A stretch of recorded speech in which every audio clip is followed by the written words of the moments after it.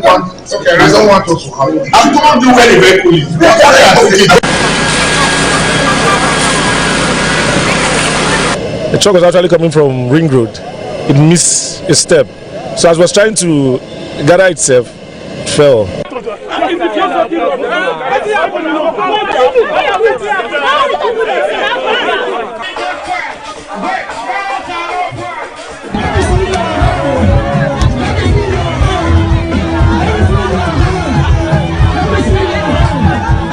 What we are witnessing these days, it is something we can no longer understand. They should stop telling us and promising us all those promises are fake, giving us this state of promises are fake. We don't want it anymore.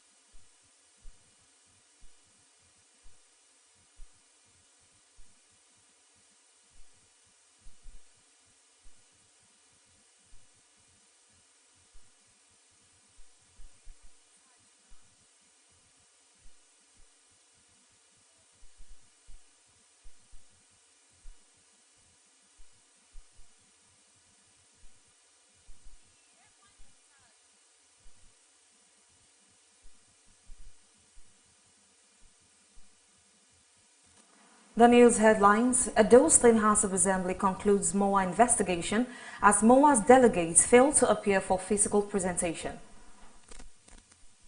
The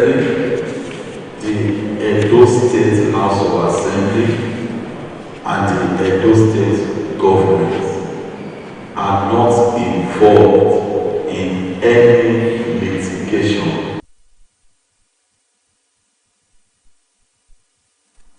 Trailer crashes into shuttle bus along Uselu Lagos Road.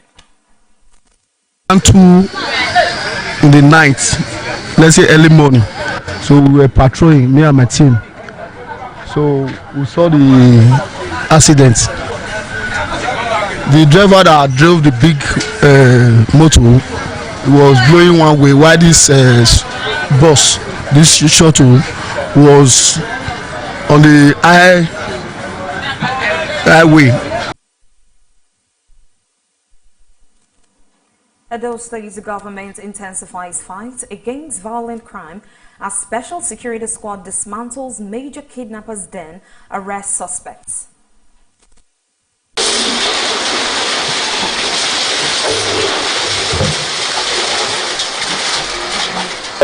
We heard that kidnapper say I get this, I say they stay our community. But they come to our community because they kidnap. They don't kidnap like 4 victims, different people for the community. So for the sleep for the community, now I will take the sleep.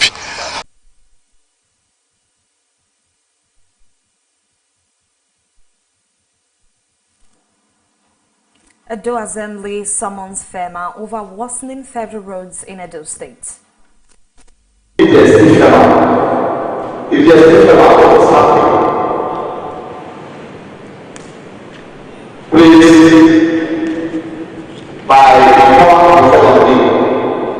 the members of this house, we are inviting the FEMA head at this house on Tuesday the 2nd, 2025 at 11 a.m.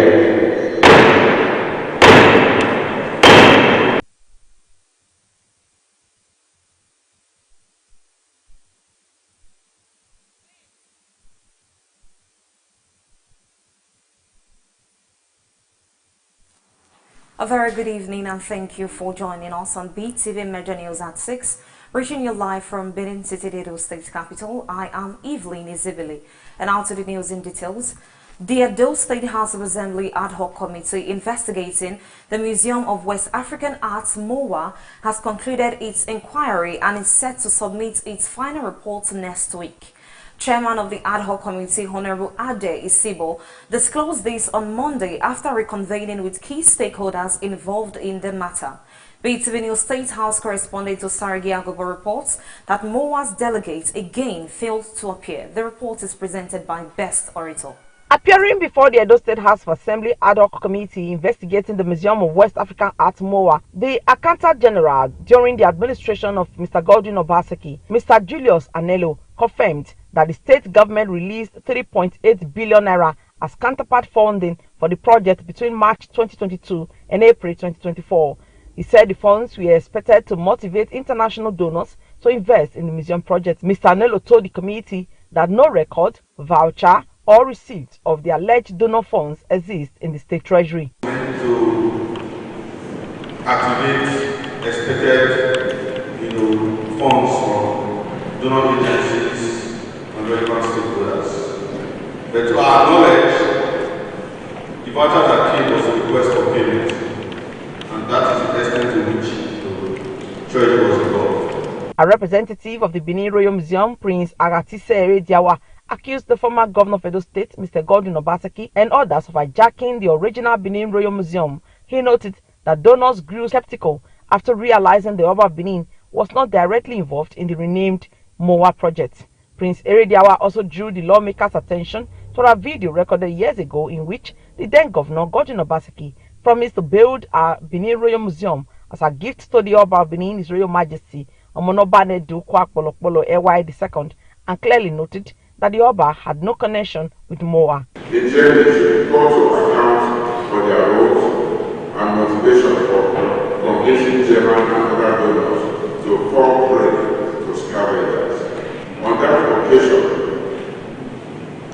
His Majesty cautioned the German delegation that Obaseki was not in collaboration with us. Committee Chairman investigating MOA, Honorable Ade Isibo, disclosed that MOA representatives failed to honor 2 invitations but submitted documents voluntarily. He said the documents will be adopted by the committee as MOA's side of the matter. He added that a suit filed by MOA at the Federal High Court, presented to the House by MOA's legal advisor Olayiwola Afolabi SAN, will not stop the committee's work since neither the Edo State government nor the Edo State House of Assembly are part of the suit.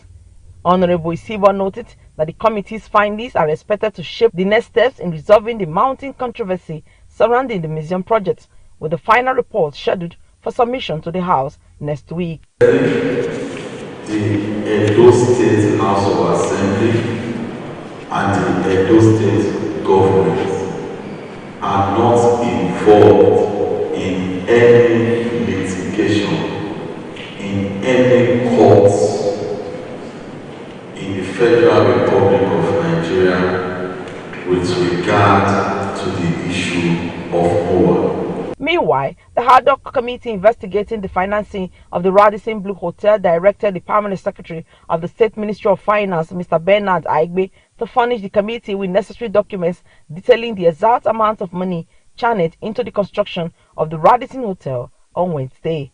This follows concerns raised by committee members over several documents submitted explaining government funds spent on the project, which the lawmakers claimed were fraudulent and used to siphon the state government funds.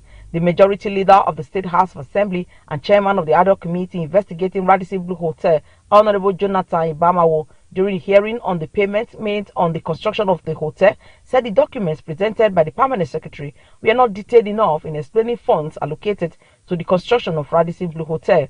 Also, Honorable Ade Isibo, a member of the committee, queried the rationale behind signing off several documents relating to the financing of Radisson Blu Hotel, yet Edo only has 20% equity in the project, having paid over 20 billion naira. Yet, River Jameson, a private entity, owns 80% equity without any payment made. All these payments where we want proof of payments. We want to see evidence. I want to take Edo State money, your boss and your company. Edo State money, this is not money that is just there. This is money that is borrowed. We will pay this money till 2030. This money will pay till 2030. Are you going to finish it before 2030? The committee also engaged with the Shapoji Paloji Nigeria Limited, responsible for hotels, electrical and mechanical work. The company delegates, led by the contractor's manager, said they had received about 19 billion naira out of the total sum of 29 billion naira for contract and claimed that they have completed 70% of the work. Committee members disagreed, stating that the progress does not reflect the funds received, and summoned the company's managing director to appear before the committee in the next sitting. I need you to tell this committee what you spent 16 billion on, where you went to, no tax, no roads finished, nothing, like nothing. Lawmakers noted that the investigation of the Radisson Blu Hotel will continue on Wednesday and urged stakeholders, including those who have not attended the public hearing, to ensure their presence to enable the committee reach a resolution on the matter. Best Orator reporting for BTV News.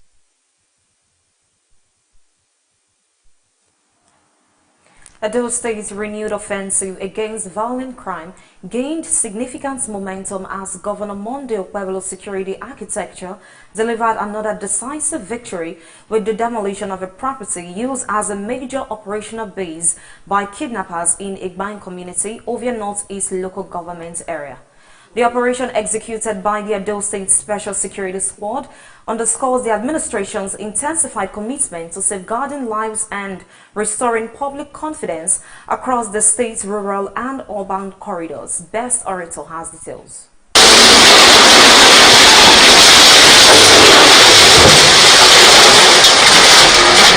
The suspected kidnappers, identified as Anthony Fediga Ebimiewe and Luke Desimo, were arrested following what security authorities described as high-level intelligence-driven surveillance. When paraded, the suspects confessed to their role in the adoption of one Blessing Osa, for whose release a ransom of 30 million naira was collected. The duo sealed their fate after allegedly adopting another business person and demanding a staggering 500 million naira ransom, an act that triggered an expanded multi-agency response and sustained tracking that culminated in their arrest. Speaking at the demolition site, the coordinator, Edo State Security Squad, Noah Idemudia, provided an overview of the operation. He noted that the dismantling of the hideout aligns with Governor Okpebholo's directive to adopt offensive security tactics that prevent crime before it degenerates. Idemudia stressed that the administration's stance on criminality remains uncompromising. He added that similar operations will continue across the state to ensure that criminal networks are systematically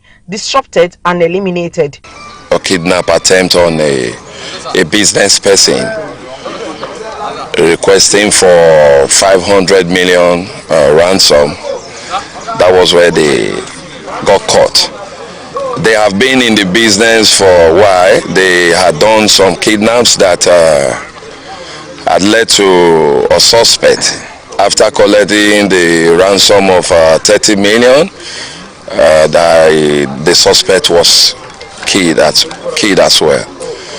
These persons have been in this trade for a while now, and it's unfortunate, like we always say, every day for the thief, but one day for the owner.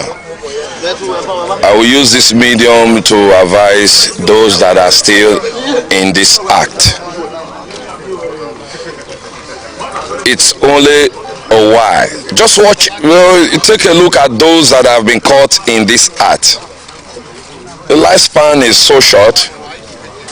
No matter how smart you are, you'll definitely be caught. Community leaders also echoed their support for the state government's action. The Okayele of the community, Araku Iyanuwaze, commended Governor Okpebholo for what he described as a courageous and long overdue intervention. He revealed that the area had for years been exploited by criminal gangs, expressing relief that the administration has now taken decisive steps to restore safety. We heard that kidnapper saying I get this, I see this to our community. They come to our community called the kidnap. They don't kidnap like 4 victims, different people for the community. So for the sleep for the community now, I will take the sleep. But I get say friend from now, we go sleep with 2 eye now. So I thank the state government for the good work and the work when the special squad they do. In a lot of kidnapping cases, but to God be the glory. We are happy that a thing like this is happening, revealing that even those kidnapping that was taking place in our community, from what happened, it shows that there is a hideout here. So we really thank the state government and the governor Bewolo. We appreciate him despite all odds. He has made sure peace reign in this state.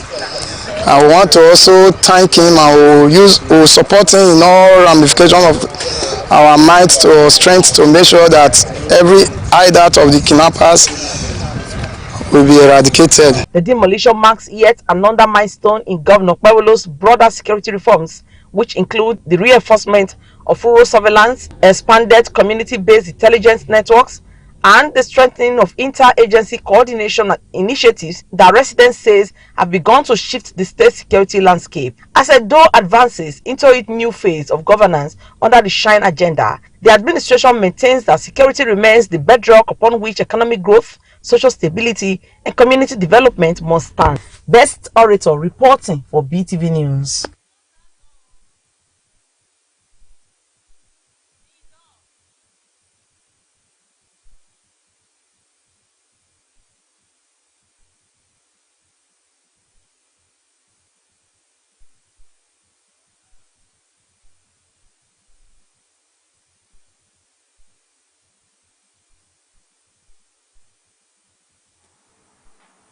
An accident occurred in the early hours of Tuesday along the Uselu-Lagos Road opposite the Uselu Traditional Ground, involving a trailer conveying granite and a faulty Uniben shuttle bus parked on the highway. BTV News Temitope Oluwafemi reports that members of Edo State Traffic Management Agency were on ground to monitor traffic, and thus no life was lost in the accident.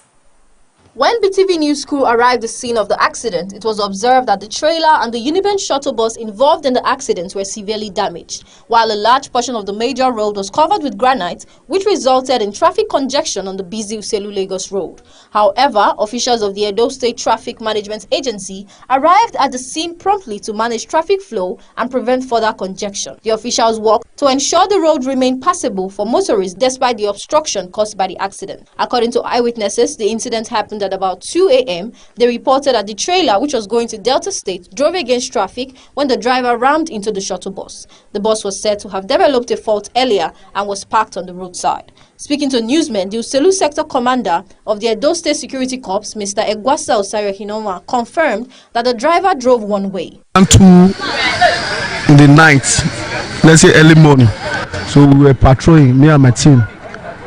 So we saw the accident. The driver that drove the big motor was going one way, while this bus, this shuttle, was on the highway. It was 40. The leg, I don't know how they call it. So we now hit it, turned the motor. Then we thank God Almighty there was no life was lost. So nobody inside the vehicle, but the driver, I said I should rush it to hospital. He said no, say it's okay. So we decided to guide the motor and the driver till daybreak. Another eyewitness gave further insight, stating that the trailer driver attempted to avoid a head-on collision with another trailer coming from the New Bini axis, and in the process of swerving, the driver lost control and crashed into the faulty bus. He drove what he know driving. I can say he drove recklessly. He is the cause of this accident. For this driver not to hit it, that guy was on it, the inner lane close to the slab. That was the vehicle conveying the granite heading to Delta State, Warri precisely. So to avoid face-to-face collision after the flybody has drove dangerous driving, that was what lead this guy to collide face-to-face with the broken down vehicle, e.g. the Uniben shuttle. The damaged vehicle was later towed away by a recovery van, restoring normal traffic movement along the busy route. Temitope Oluwafemi reporting for BTV News.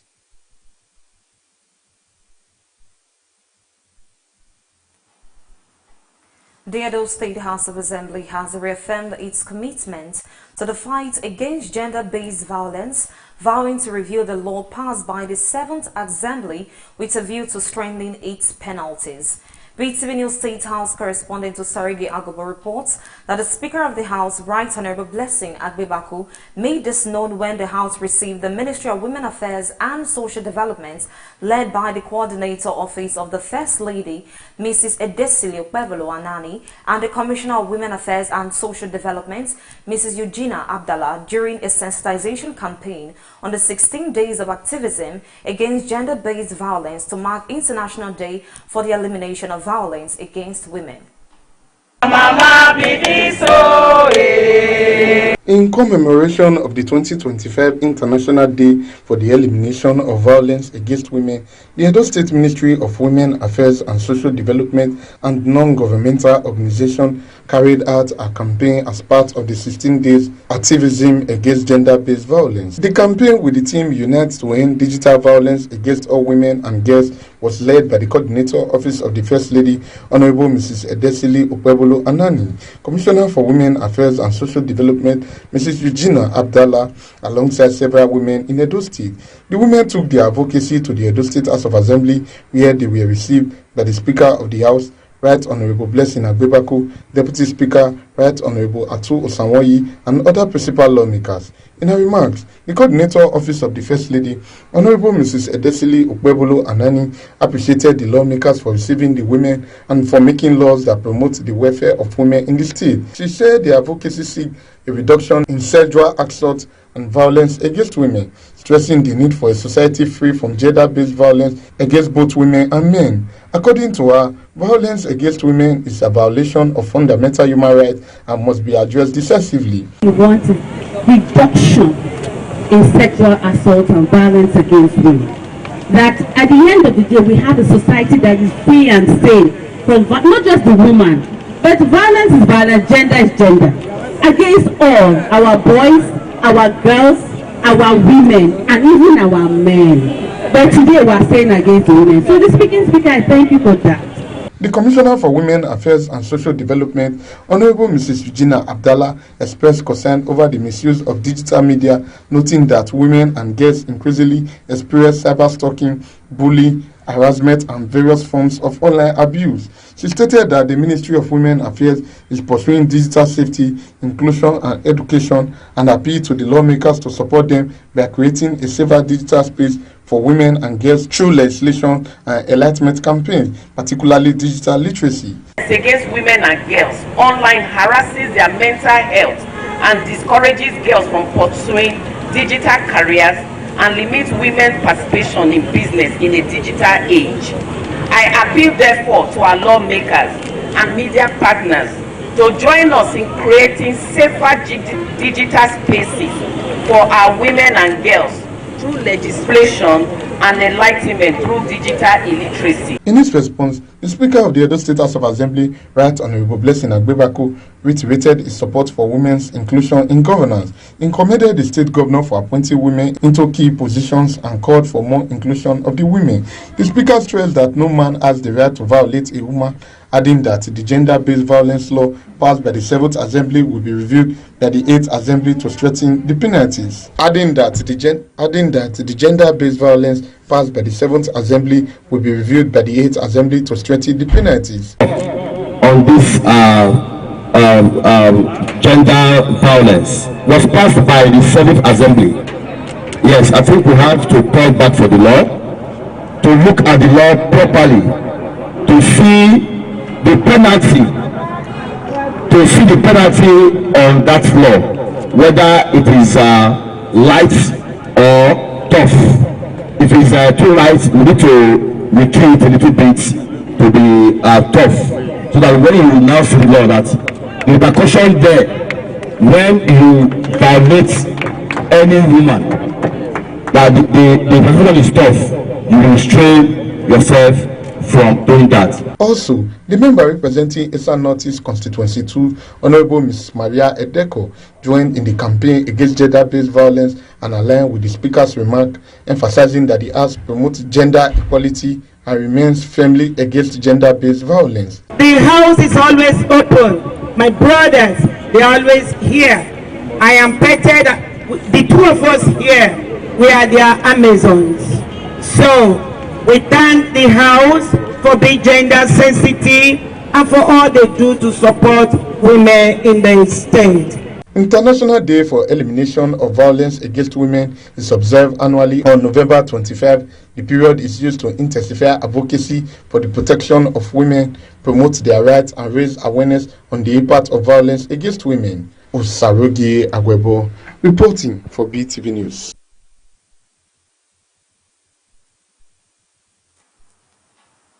The International Day for the Elimination of Violence Against Women, observed annually on November 25th, once again drew global attention to the urgent need to end all forms of violence targeted at women and girls.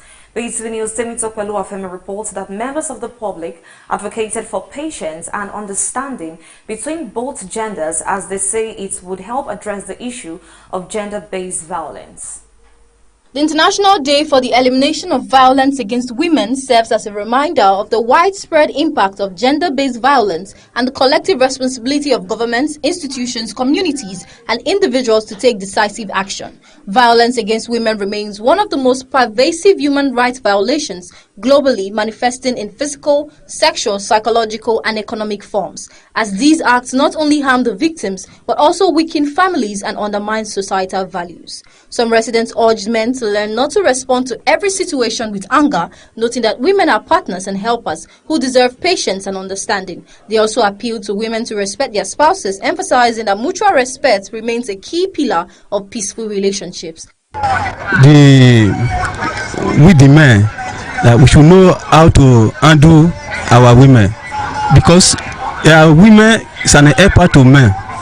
So we should also ignore some kind things that women are doing. Not everything women are doing that we should take it up.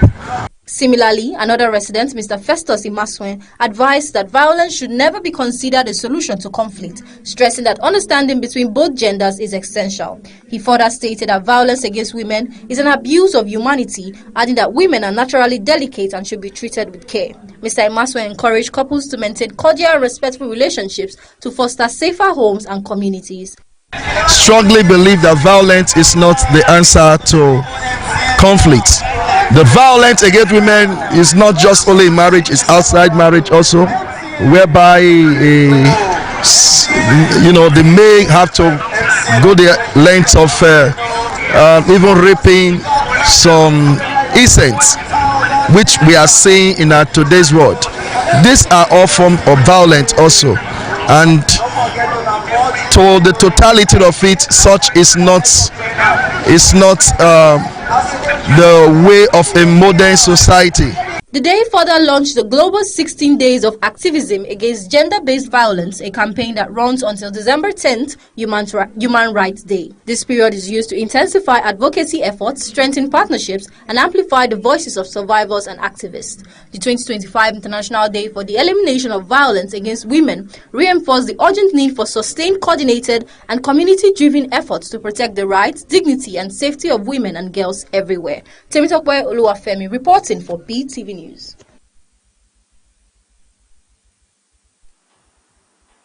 Edo State Deputy Governor Right Honorable Dennis Idausa has urged heads of ministries, departments, and government agencies to work closely with Governor Monday Pueblo administration to advance the development of a prosperous Edo State. Idausa made the call during the Edo State Government Public Service Breakfast meeting held in the Festival Hall. Beetv News' Best Orator has details. Speaking at the breakfast meeting with the heads of ministries, departments, and agencies of government, the Deputy Governor of Edo State, Right Honorable Dennis Idausa, encouraged public servants to support the government by identifying challenges and promoting productivity across all sectors. He said the Governor of Edo State, Senator Monday Pueblo, has redeemed his promise to civil servants and will continue to reward hard work and excellence in the public service. For effective service delivery to be achieved, it is not a sole responsibility of any individual or agency. It is a collective effort of all, both civil and public servants. It requires a culture of collaboration, mutual respect, and trust. Also speaking at the event, the head of service, Anthony Okugbawa Esquire, commended Governor Monday Okpebholo for his achievements so far and encouraged civil servants to embrace the ongoing reforms within the service. To be provided with specialized post-retirement training opportunities. We are doing this in partnership with the dojos and also leveraging the private sector for support. Some private sector organizations have already declared interest. The days of over-reliance on government for every project and program of government are over.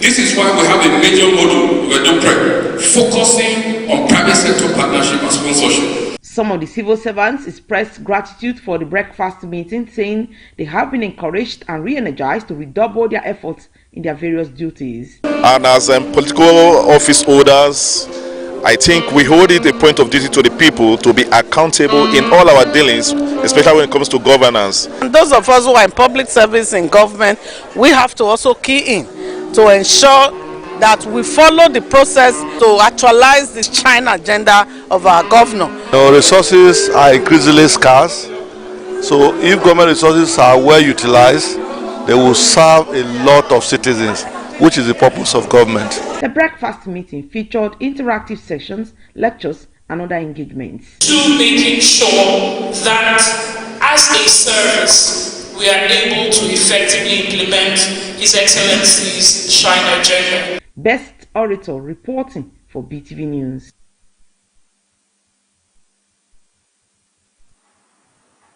The Edo State House of Assembly has summoned the head and management of the Federal Road Maintenance Agency FEMA to appear before the House on Tuesday, 2nd December 2025 over the worsening condition of federal roads in the state and the agency's failure to commence rehabilitation works on the road despite repeated calls by the lawmakers.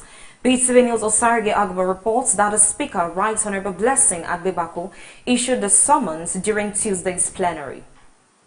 Lamenting the worsening condition of several federal roads across Edo State, the Speaker of the Edo State House of Assembly, Right Honorable Blessing Agbebaku, questioned the effectiveness and non-functionality of the Federal Roads Maintenance Agency, FEMA, in the state. He noted that many federal roads have become nearly impassable and noted that despite repeated calls by the House to FEMA to urgently carry out rehabilitation work on the roads, nothing has been done. We call on the federal Road Maintenance Agency to please go through the federal roads in Edo State to see how they can carry out the work for our people to plan on this festive period. That FEMA does not do full reconstruction. They only rehabilitate. I want to ask a question. Is there a FEMA? Is there a FEMA? We are in a house. We must speak out. We are looking out for the benefits of our people. Is there a FEMA? Federal Road Maintenance Agency. The Speaker, Right Honorable Blessing Agbebaku, therefore directed the FEMA head and all relevant officials to appear before the House on Tuesday, 2nd December, to explain whether the agency is still functional in the state and why rehabilitation work have not commenced. If there's a FEMA, what's happening? Please, by the members of this House, we are inviting the FEMA head and this House on Tuesday, 2nd, 2025 at 11 a.m. From the Edo State House of Assembly, Osarogi Agwebo reporting for BTV News.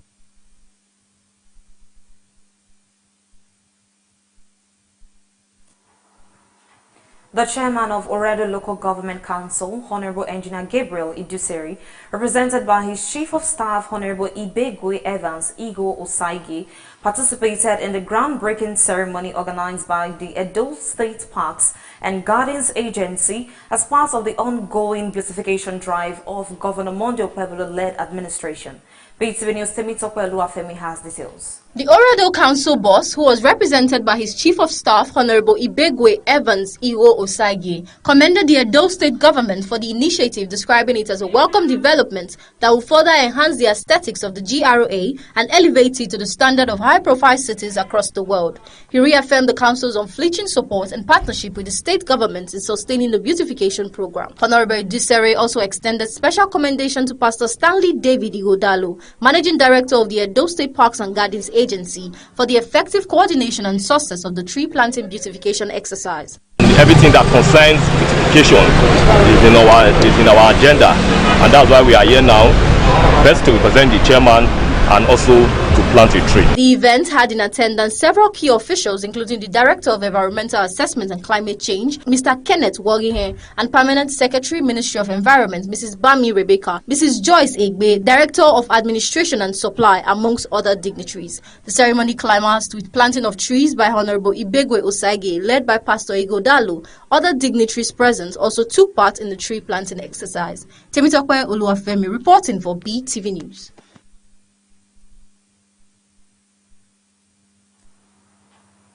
Team Edo has emerged overall champions of the 2025 Basic Education School Sports South-South Zonal Competition, consolidating the state's growing reputation as a rising force in grassroots sports development.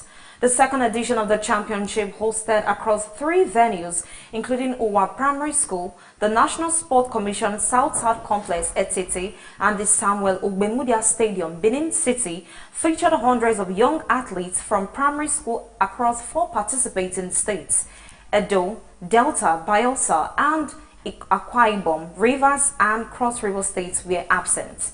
Beetv News Best Orator has details. Across a wide range of events, including football, athletics, badminton, table tennis, ayo, scrabble, high jump, and long jump, the young contenders delivered performances marked by talent and sportsmanship. At the close of the competition, Edo State topped the medals table with an impressive 36 medals, 17 golds, 10 silver, and 9 bronze, earning the host state a decisive victory. Delta State placed second with 21 medals, 6 golds, 10 silver, and 5 bronze, while Akwa Ibom secured third place with 19 medals. Bayelsa State finished fourth with a total of 10 medals. The high point of the final ceremony came during the football event, where Team Edo overpowered their Delta counterparts 4-1 in a thrilling match that drew thunderous applause from spectators at the Samuel Ugbemudia Stadium. Governor Monday Okpebholo was honored with an award for his outstanding commitment to sports development in Edo State, a gesture widely applauded by participants, officials, and sports administrators. Many noted that his administration's investment in basic education and sports-friendly infrastructure have created an enabling environment for competitions of this scale. Commissioner for Education Edo State, Dr. Padi Yamu, represented by the Permanent Secretary in the Ministry, Mrs. Edith Ebomoyi, underscored the importance of sports in nurturing well-rounded learners. She highlighted its impact on physical fitness, mental well-being, and academic performance, noting that a sound mind lives in a sound body. She further emphasized the values of discipline, teamwork, social skills, time management, and self-esteem that sports instill in children, describing the BESS Games as a platform for building healthy, confident, and community-minded young people. Sports in itself improves our physical health, it enhances our mental well-being and academic performance, for we all know that it's a sound mind that lives in a sound body. Executive Chairman of Edo State Universal Basic Education Board, SUBEB, Honorable Ebanehita Sonia Mozene, praised the competition as a critical initiative for revitalizing sporting culture in primary schools across South-South region. She commended Governor Okpebholo for his unwavering support, citing the prompt payment of counterpart funds to the Universal Basic Education Commission, UBEC, as a catalyst for Edo's educational and sports advancement. She hailed the young athletes for their passion and sportsmanship, stressing that the games were not only about medals and trophies, but about the journey, the friendships, and the lifelong skills they developed through sports. The UBEC chairman added that catching talent early remains central to building Edo's future champions, noting that the BESS competition is a celebration of unity, youth development, and the shared strength of the South-South. Young athletes, I want you to know that you as a star, you are the stars of this show. Your energy, passion, and sportsmanship has made this competition truly unforgettable. Remember, it is not just about winning or losing. It is about the journey, the teamwork, and the memories you have created. Similarly, UBEC State Coordinator Gloria Lawani, speaking on behalf of UBEC Abuja, commended the governor for approving and supporting the competition. She described sports as an integral component of early childhood education and essential for talent discovery, urging the state to sustain the initiative. The ceremony culminated in the presentation of financial rewards to the top 3 teams by Governor Okpebholo. Akwa Ibom, which placed third, received 500,000 naira. Delta State earned 1 million naira for their second place finish, while Edo, the overall winner, was awarded 1.5 million naira in recognition of its outstanding performance. Best Orator, reporting for BTV News.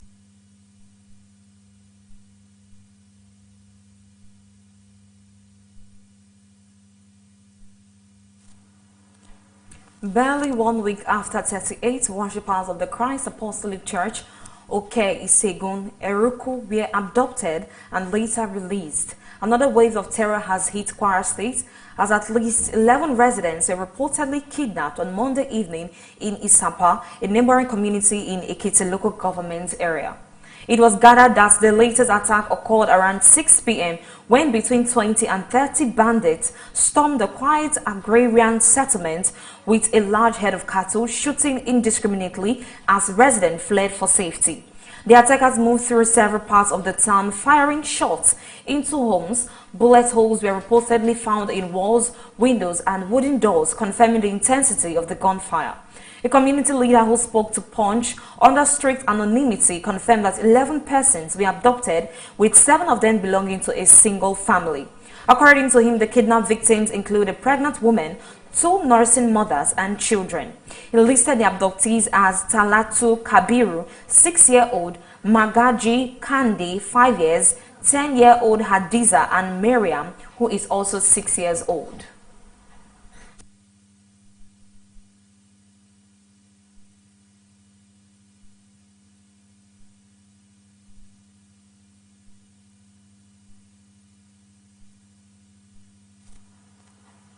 Members of the Senate Committee on Downstream Oil and Gas visited a 650,000 barrels per day Dangote refinery in Ibeju, Lekki, Lagos to evaluate its distinctive features and determine the legislative support it may require. The report.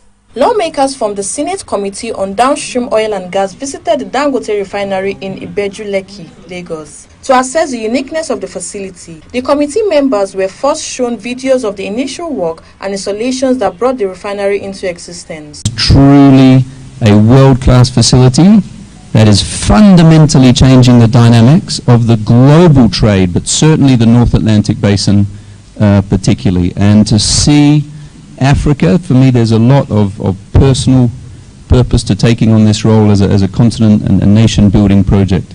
To see private capital being deployed in Africa to develop your own resources is extraordinary. The tour of the refinery began at the fertilizers plant, which is being positioned to become the world's largest producer of urea. The senators expressed amazement at its production processes. The visitors were also taken to the central laboratory, where distilled products are tested and processed. Managers of the Dangote refinery explained that they produce the highest grade of petrol, regarded as among the best globally. The tour continued with a visit to the control room, where the overall coordination of production takes place. My own job alone, it is the responsibility of the National Assembly, executive and remaining stakeholders to put their heads together and find a lasting solution of our challenge. We commend Dangote. We are very happy with his action and his team. Therefore, all what we are doing is to put the stakeholders together and have a very unshakable foundation. The Dangote Petroleum Refinery, with a 650,000 barrels per day capacity, can supply Africa with petrol, diesel, and aviation fuel. Zainab Mohammed reporting for BTV News.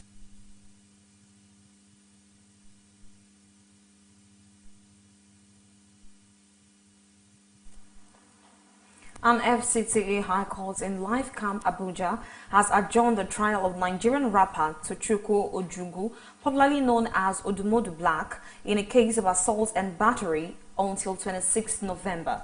Nigerian musician Ogbogiri Lingvai filed the suit against Odumodu Black, alleging that he was violently assaulted and battered on 16 December last year at a public event. Justice Jane Adeyemi Ajayi fixed a new date after being informed that the defendant had been served with all necessary documents but had not filed any response. The claimants alleged that the defendant's actions constituted assault, battery, and intentional infliction of emotional distress, and sought an order directing the defendant to pay his medical expenses and damages for emotional distress.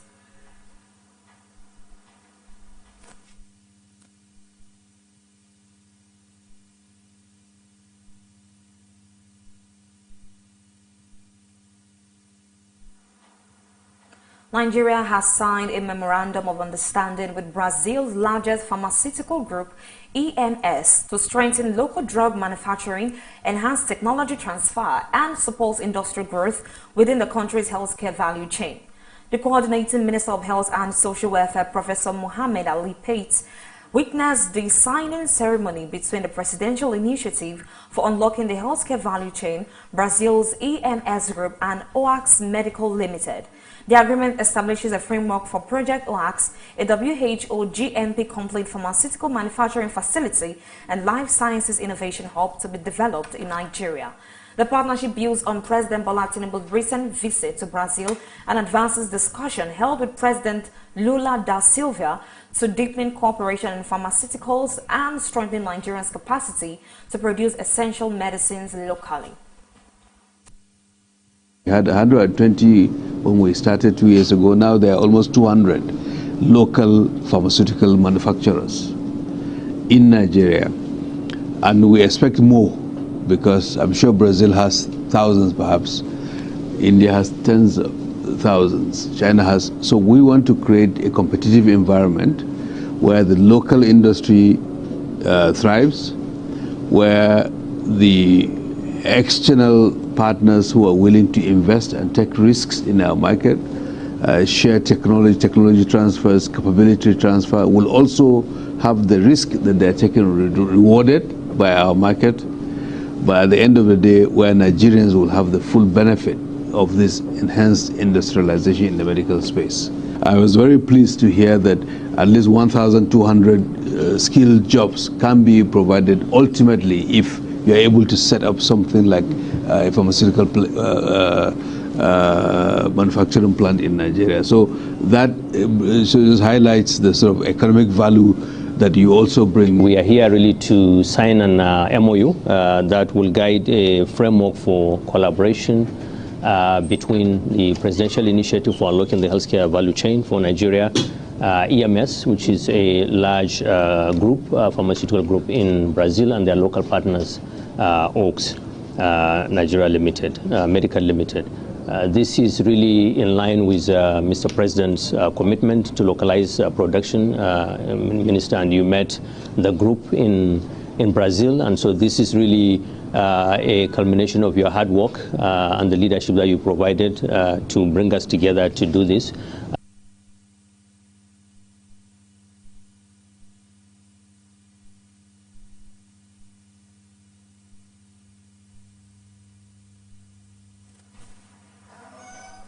Former Lagos State Governor Akinwumi Ambode has urged the federal government to engage more tax professionals in the rollout of the new tax law.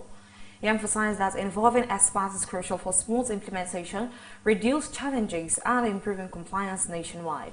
There is a renewed call for the federal government to bring more tax professionals into the fold as Nigeria prepares to introduce major tax reforms in January 2026. The appeal came from former Lagos State Governor Akinwumi Ambode as the 2025 annual dinner and award of the Chartered Institute of Taxation of Nigeria. The increased collection will serve as a catalyst for development in my community.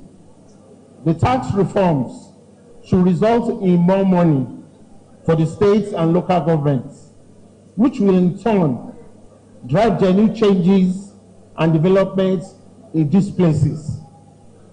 The expectation is that with the new administrative system, there will be a transparent manner of allocating revenues across board in a just and appropriate manner for the overall benefit of the citizens. Dear professional colleagues, let this new era find us ready to advise individuals and businesses with deep technical knowledge of the law and with the highest of the ethical and professional standards. As we enjoy the evening, let us remember that the work ahead requires our collective efforts of all stakeholders through continued collaboration. Let us leave here tonight only fulfilled but also re-energized to shape the next chapter of Nigerian fiscal and tax evolution.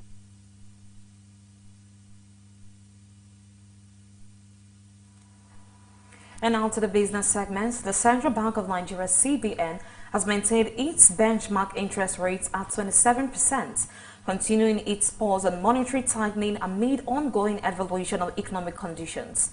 The decision was reached at the 303rd meeting of the Monetary Policy Committee, MPC, in Abuja. The report. This marks the fourth consecutive hold on the interest rate in 2025. Earlier in the year, the committee implemented a 50 basis points reduction in September, which remains the only rate cut since the CBN's tightening cycle began under the current leadership. In 2024, the MPC had increased rates 6 times in response to high inflationary pressures and currency volatility. Maintaining the 27% benchmark rate means borrowing costs for businesses and individuals remain relatively high, potentially affecting lending, investment decisions and consumption patterns in the short term. The MPC will continue to monitor indicators such as inflation rate, currency stability, and economic growth to determine the appropriate timing for future rate adjustments. NNPC revenue hits 45 trillion naira, profits jumps 64%. The Nigerian National Petroleum Company Limited, NNPCL, recorded a profit after tax of 5.4 trillion naira for 2024, a 64% increase from 3.297 trillion naira in 2023. Revenue rose to 45.1 trillion naira, an 88% year-on-year growth, reflecting higher production, cost optimization, and improved operational efficiency. Foreign exchange earnings, however, declined by 47.6% to 8.365 billion naira from 15.95 billion naira in 2023. Earnings per share rose to 27.7 naira, up to 64%. The company plans to expand natural gas production to 10 billion standard cubic feet per day by 2027 and 12 billion SCF per day by 2030. While completing key pipeline projects and attracting $60 billion in investments across upstream, midstream, and downstream sectors. Afrexim Bank targets $40 billion to deepen African trade. Afrexim Bank has committed to scaling up intra-African trade and industrialization under the African Continental Free Trade Area (AFCFTA) with new trade financing instruments and policy support. The bank's flagship programs, including the Global Facility of Intra-Africa Trade Champions (Intra-CHAMPS) and the Engineer, Procure and Contract Initiative, providing financing, risk guarantees, advisory services, and ecosystem support to companies capable of scaling across borders. The programs have supported industrial expansion across Africa, including companies like Iswidi Electric and the Dangote Group. Afrexim Bank also promotes trade standards, quality assurance, and export competitiveness through initiatives like the Africa Quality Policy and the Nigerian Quality Policy, aiming to strengthen market readiness and facilitate continental trade growth. Temitope Oluwafemi reporting for BTV News.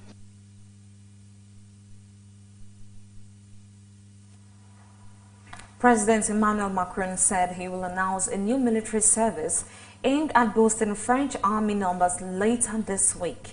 Details are scant, but according to French media, the scheme would be voluntarily remunerated and last 10 months. BTV News' Zainab Mohammed reports. In an interview with local media, he sought to reassure French people that the plan did not mean young people would be sent to fight in Ukraine. However, Macron stated the new framework was meant to address the desire for service among the youth and to face the hybrid confrontation waged by Russia. No official details on the new military service have yet been shared, though it is expected Macron will elaborate on the proposal during a visit to an army base on Thursday. French media is reporting that the revamped voluntary military service could last 10 months. Volunteers will be paid between €900 and €1,000 per month, according to La Tribune Dimanche. Conscription in France was scrapped in 1996. The current iteration of the national service, the Service National Universe, only includes 2 weeks of training followed by another 2 weeks of community work.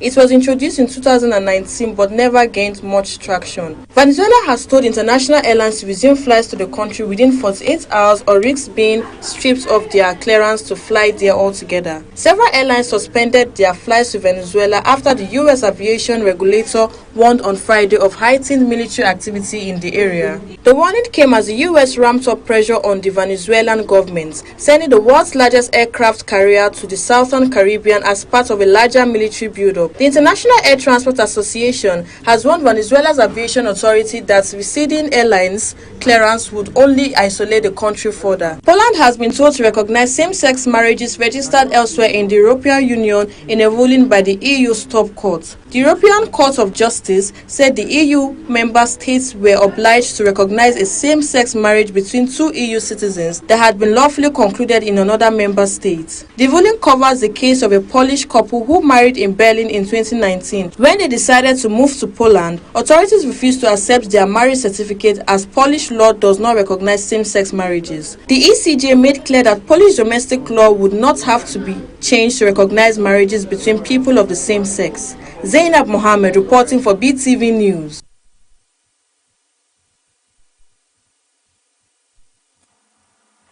Popular Nollywood actor Odera Wombo has died while on vacation in Johannesburg, South Africa. Reports indicate that he experienced chest pain and high blood pressure during an outing with friends.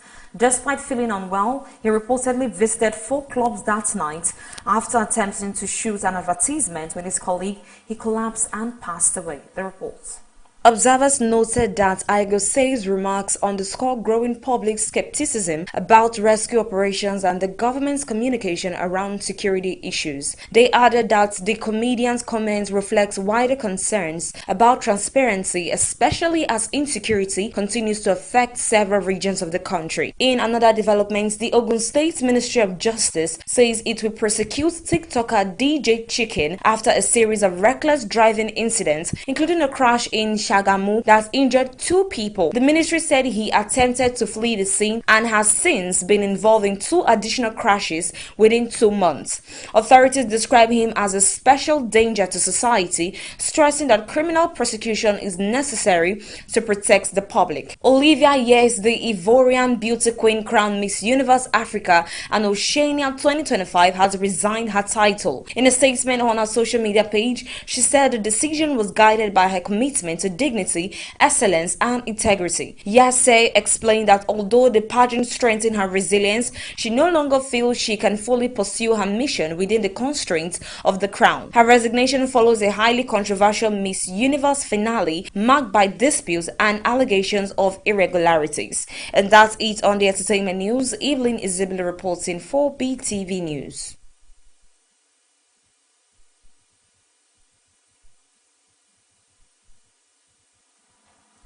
And lastly, on today's bulletin, Manchester City manager Pep Guardiola will be without 2 key players when his team faces Bayer Leverkusen in the UEFA Champions League on Tuesday night due to injury.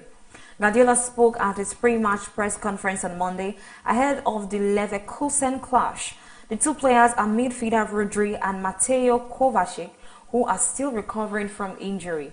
Guardiola side head into the game following a 2-1 defeat to Newcastle United in the Premier League at the weekend. Manchester City has won the Champions League once under Guardiola in 2023 after beating Inter Milan 1-0 in the finale.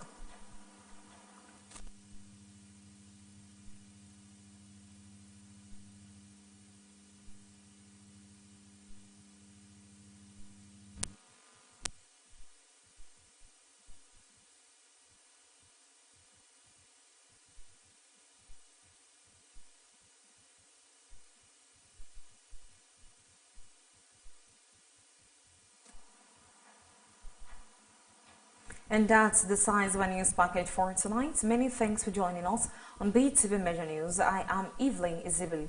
Thank you and have a good night.